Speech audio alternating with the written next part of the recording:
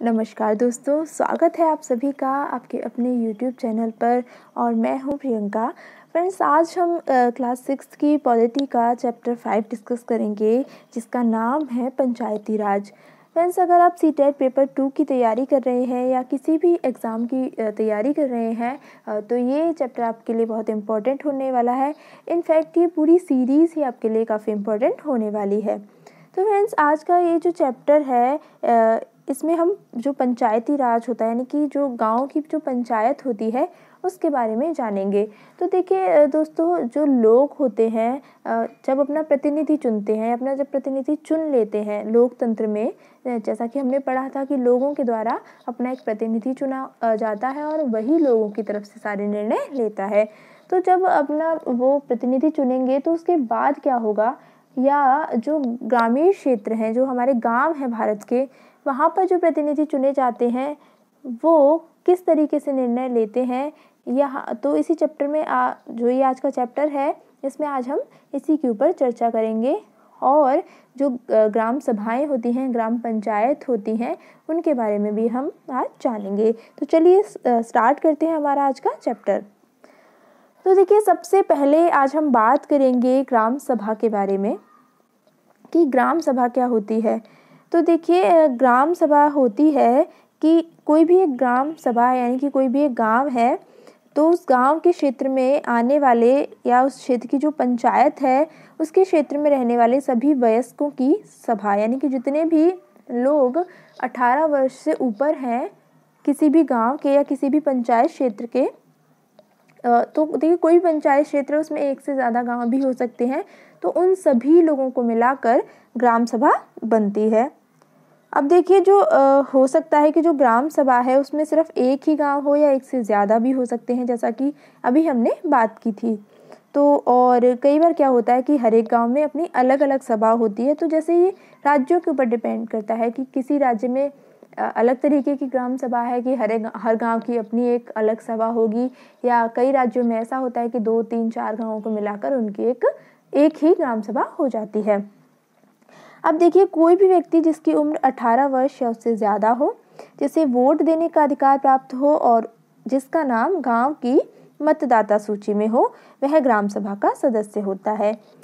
यानी कि ग्राम सभा का सदस्य कौन होगा? एक तो वो व्यक्ति जिसने अपनी 18 वर्ष उम्र पूरी कर ली है और जिसे वोट देने का अधिकार है, और तीसरा कि उस व्यक्ति का नाम उस गांव की मतदाता सूची में भी होना चाहिए। वही व्यक्ति उस गांव की ग्राम सभा जो होती है उसका सदस्य होता है। तो आई होप आपको ग्राम सभा समझ में आ गई होगी। तो चलिए आगे बढ़ते हैं। अब ग्राम सभा के बाद हम बात करेंगे यहाँ पर ग्राम पंचायत की।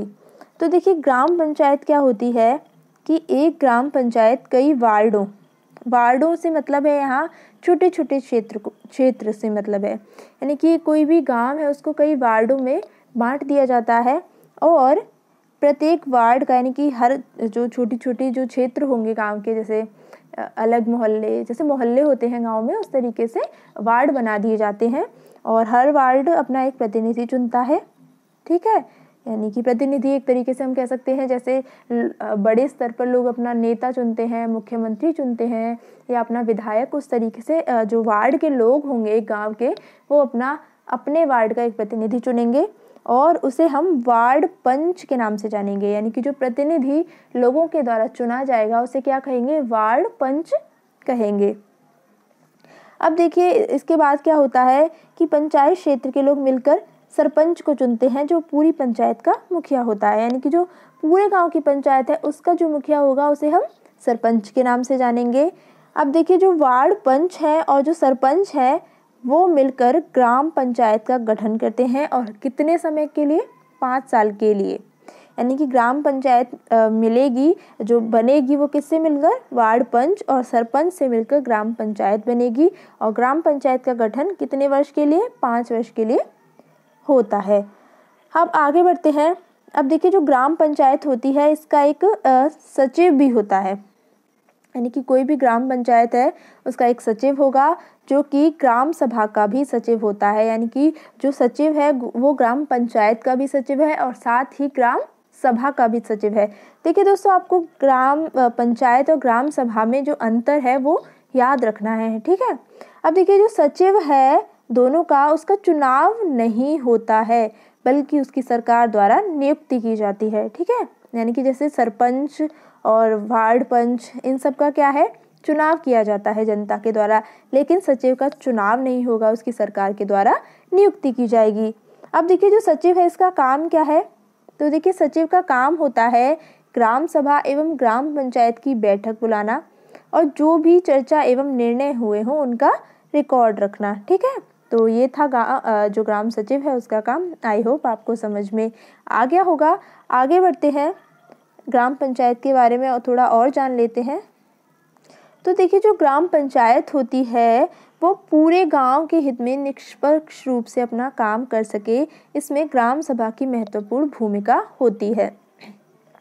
देखिए किस तरीके से कि ग्राम सभा की जो बैठक होगी उसमें ग्राम पंचायत यानी कि जो सरपंच हैं, जो वार्ड पंच हैं, वो अपनी योजनाएं लोगों के सामने रखेंगे। यानी कि ग्राम सभा के जो लोग हैं, यानी कि पूरे गांव के जो लोग हैं, उनके सामने ग्राम पंचायत के जो सदस्य हैं वो उनकी जो प्लानिंग है गांव के विकास के लिए, गांव में नई सुविधाओं को लागू करवाना, नई योजनाओं को लागू करवाना, उन सब का जो विवरण होता है वो ग्राम सभा के सामने यानी कि गांव के लोगों के सामने, यानी कि अगर हम सिंपल भाषा में बात करें तो गांव के जितने भी वयस्क सदस्य हैं या गांव के जितने भी 18 वर्ष से ऊपर के लोग हैं उनके सामने वो अपनी सारी योजनाएं हैं उनको रखती है। अब देखिए ग्राम सभा जो होती है वो पंचायत को मनमाने ढंग से काम करने से रोक सकती है और साथ ही पैसों का दुरुपयोग एवं कोई गलत काम ना हो इसकी निगरानी भी करती है। यानी कि पंचायत का उत्तरदायित्व है या पंचायत की जवाबदेही किसके प्रति बनती है, ग्राम सभा के प्रति बनती है, और वो कोई भी गलत काम ना करे इसकी निगरानी कौन कर सकता है, ग्राम सभा या गांव के जो लोग हैं वो कर सकते हैं। अब आगे बढ़ते हैं। तो देखिए अंत में हम कह सकते हैं कि इस तरह से जो ग्राम सभा है वो चुने हुए प्रतिनिधि यानी कि जो सरपंच हैं या हमारे जो वार्ड पंच हैं उन पर नज़र रखने और लोगों के प्रति उन्हें जिम्मेदार एवं जवाबदेह बनाने में बहुत ही महत्वपूर्ण भूमिका निभाती है। आगे बढ़ते हैं। अब देखिए जो ग्राम पंचायत होती है उसकी नियमित रूप से बैठक होती है यानी कि मीटिंग कह लीजिए, और उसका मुख्य काम क्या होता है कि उसके क्षेत्र में आने वाले गांव में विकास कार्यक्रम लागू करवाना, यानी कि सरकार की तरफ से जितने भी विकास योजनाएं हैं, विकास कार्यक्रम हैं, उनको अपने क्षेत्र में लागू करवाना पंचायत का काम होता है। और जो ग्राम सभा है वही ग्राम पंचायत के काम को स्वीकृति देती है और तभी पंचायत अपना काम कर पाती है। तो आई होप आपको ग्राम सभा और ग्राम पंचायत के बारे में अच्छे से समझ में आ गया होगा कि किस तरीके से बनती हैं और किस तरीके से ये कार्य करती हैं। आगे बढ़ते हैं। अब हम ग्राम पंचायत के कामों के बारे में यहाँ पर चर्चा करेंगे। तो देखिए ग्राम पंचायत का क्या कार्य है कि सड़कों, नालियों, स्कूलों, भवनों यानी कि बिल्डिंग्स, पानी के स्रोतों और अन्य सार्वजनिक उपयोग के भवनों का निर्माण और उनका रखरखाव, ये सारे काम होते हैं ग्राम पंचायत के।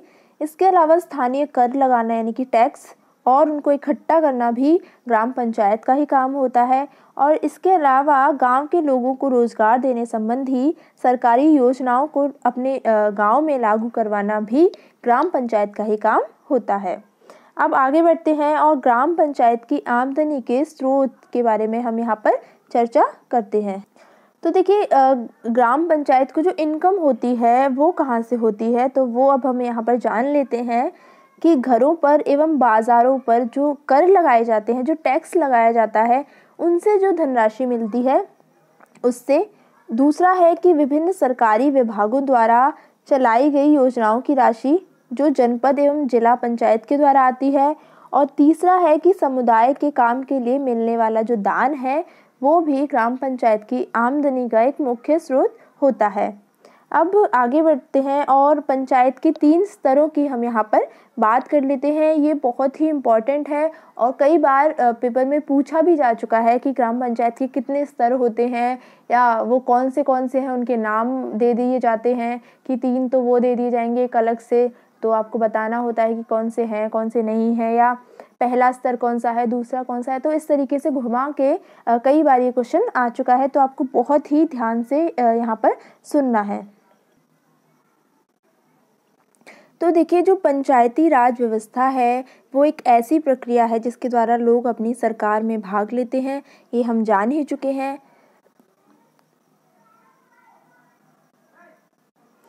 इसके अलावा देखिए, जो पंचायती राज व्यवस्था है वो लोकतांत्रिक सरकार की पहली सीढ़ी है, और जो ग्राम पंचायत होती है वो ग्राम सभा के प्रति जवाबदेह होती है, क्योंकि जो ग्राम सभा के लोग हैं वही उनको चुनते हैं, तो उसकी जिम्मेदारी बनती है कि वो ग्राम सभा को अपने कार्यों का हिसाब दे या जवाब दे। तो ये सब हम बातें जान ही चुके हैं। अब आगे बढ़ते हैं। तो देखिए, पंचायती जो राज व्यवस्था है उसमें लोगों की भागीदारी 2 और स्तरों पर भी होती है। यानी कि जो सबसे पहला स्तर है वो है ग्राम पंचायत। ग्राम पंचायत के बारे में हम जान ही चुके हैं। और ग्राम पंचायत के बाद जो दूसरा स्तर होता है वो होता है विकास खंड का, और इस विकास खंड को जनपद पंचायत या पंचायत समिति कहते हैं। यानी कि सबसे पहले आएगी ग्राम पंचायत, उसके बाद दूसरे नंबर पर आएगी जनपद पंचायत या पंचायत समिति। जनपद पंचायत या पंचायत समिति, ये वर्ड आपको याद रखना है।